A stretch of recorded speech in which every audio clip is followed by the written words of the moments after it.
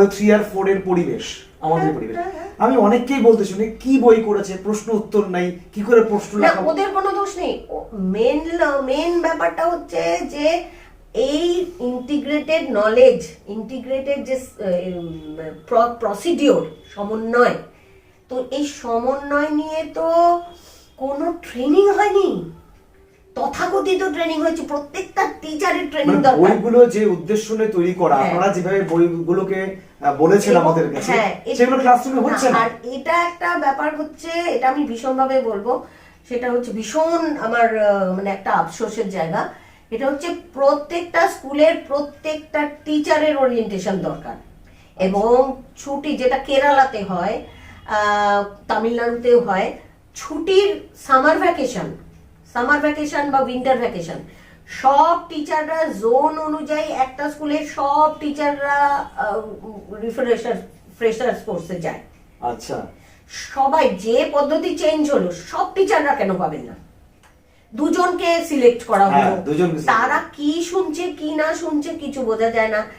এমআরপিরা একরকম শিখছে, সেটা আবার নিচের তলায় চুয়াতে কিভাবে এলো।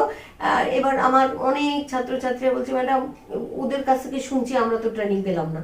তাহলে একটা স্কুলকে ঠিক করতে হলে সব টিচারকেই ওই পদ্ধতি, নতুন পদ্ধতি জানতে হবে, এই চাইল্ড সেন্ট্রিক এডুকেশন জানতে হবে, ইন্টিগ্রেটেড যে প্রসেস সেটা জানতে হবে।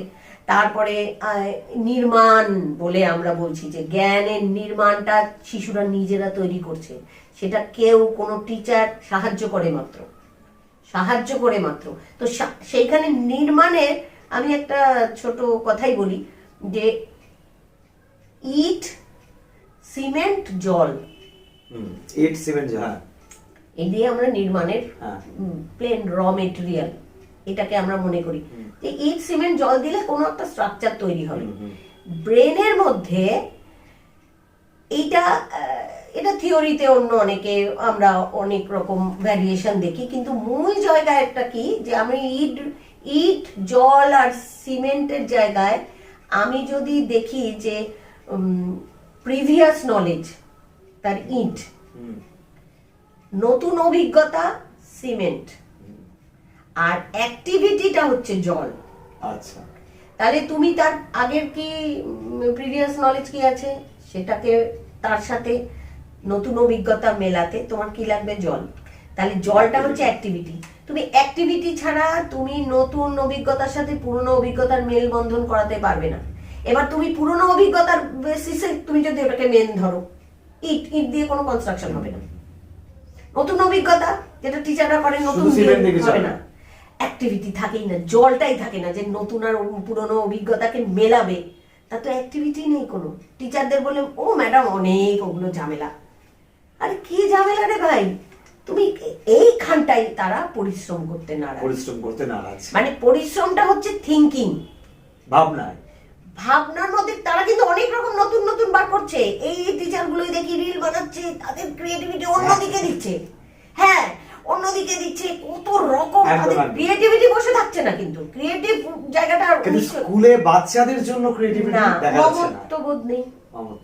কিন্তু একটা কথা, তারা দেশের সম্পদ, সে তারা কিন্তু মাইনে পাচ্ছে, টাকা নিচ্ছে, মাইনে যথেষ্ট ভালো, তার স্ট্যাটাস, তার বিলাসের উপকরণ, তার পোশাক আশাক, তার সব কিছু ওই স্কুল থেকে পাচ্ছে। কাদের জন্য? ওই বাচ্চাগুলোর জন্য। এটা একদম ঠিক। এটা তাহলে ওই বাচ্চাগুলোর জন্য আমি একটু ভাববো না যে কালকে আমার কি ক্লাস আছে, দেখি তো কি পড়ায়। অনেক টিচার ভাবে কেউ অনেক টিচার ভাবে, এবং তারা জানতেও চায় যে ম্যাডাম এটা করলাম, এটা কিভাবে হবে। এবং আমি এই প্রসঙ্গেই বলি, আজকে একটা ছোট্ট দেশ জাপান, হ্যাঁ, এই জাপানের এত উন্নতি কেন? তারা কোনখানটায় নজর দিয়েছে জানো? একদম মন্টেসরি থেকে প্রাইমারি এডুকেশনে সবচেয়ে, দেশের মধ্যে সব থেকে ভালো রেজাল্ট যারা করে, টপার, সবচেয়ে উচ্চ মেধার, তাদের এনেছে প্রাইমারি এডুকেশনের টিচার। এবং তাদের বিশেষ করে প্রাইমারি এডুকেশনের জন্য ওদের একটা নাম আছে, আমার নামটা মনে নেই, সেটা হচ্ছে 18 বছরের মধ্যে যত মহিলা, মেয়েরা তারা হচ্ছে প্রাইমারি এডুকেশনের হচ্ছে টিচার। আচ্ছা, হ্যাঁ, ওদের একটা গ্রুপের নামই আছে। এবং দেশের জাপানের সবচেয়ে ভালো যারা স্টুডেন্ট মহিলা, এবং তারা হচ্ছে 18 বছর টিনেজ, তারা বিভিন্ন স্কুলে পাঠাচ্ছে। কেন? এনার্জেটিক, হ্যাঁ, প্রচন্ড তাদের ইয়েটা ভাইব্রেশনটা ভালো, মমত্ববোধ, নেক্সট টু মাদার। তারা একটা তাদের পড়ানোর সিস্টেমটা কোন যায়, এমনি এমনি একটা দেশ এমনি উন্নত হয় না। তারা মানে তুমি শুনলে আশ্চর্য হবে, তারা একটা লেসনকে কোনো ফিক্সড কাউকে রাখে না যে তোমাকে এটা পড়াতে হবে।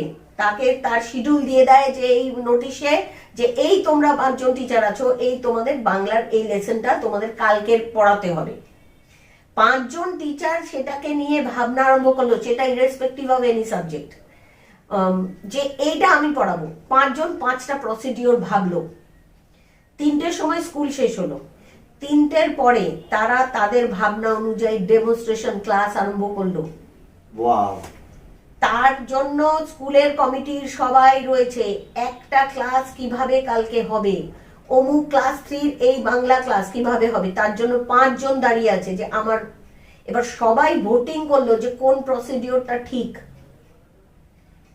কে ভোটিং পেলো যে এই প্রসেসটা, এই ইউনিটটার জন্য এই প্রসেসটা হচ্ছে সব থেকে মানে বিফিটিং, যার মধ্যে মূল্যবোধ তৈরি হয়েছে, অ্যাক্টিভিটি আছে, তারা সব ওখানে তার লিখে দিচ্ছে। হ্যাঁ, প্যারামিটার তারা ইয়ে করছে যে এর সবকিছু আছে। বাচ্চাদের তাদের কি বলা যায়, মানে সহযোগ, মানে তাদের অ্যাক্টিভিটির সঙ্গে যে তার পার্টিসিপেন্টস সব মিলে ওই 5 জনের মধ্যে ঠিক হলো যে এই সাবজেক্টটা ইনি পড়াবেন। এইরকম অনেকগুলো ঘর, 7-8টা ঘরে এই চলছে রাত্রির 7টা অবধি। রাত্রির 7টা অবধি চলছে এই রিসার্চ। পরের দিন আবার ক্লাস। পরের দিন এবার ঠিক হয়ে গেল যে অমুক ক্লাসে অমুক ঢুকবে, তার জন্য আবার অবজারভার আছে। তাহলে এই জায়গায় কোথায় সেখানে আমরা পড়ে আছি। আমি কি পড়াবো আজকে আমি নিজেই জানি না। মানে আমি এক সর্বজ্ঞ বিশারদ, হ্যাঁ, যে নিয়ে নেবো। আরে কি ক্লাস নিতে যাচ্ছি তুমি? নিয়ে নেবো ম্যাডাম। এত নলেজ আমার, অগাধ পাণ্ডিত্য, আমি তো যাই করবো, আমি পরস্পর আমি ধরলেই শোনা। এই জন্যই আপনার কাছে বারবার করে আসা।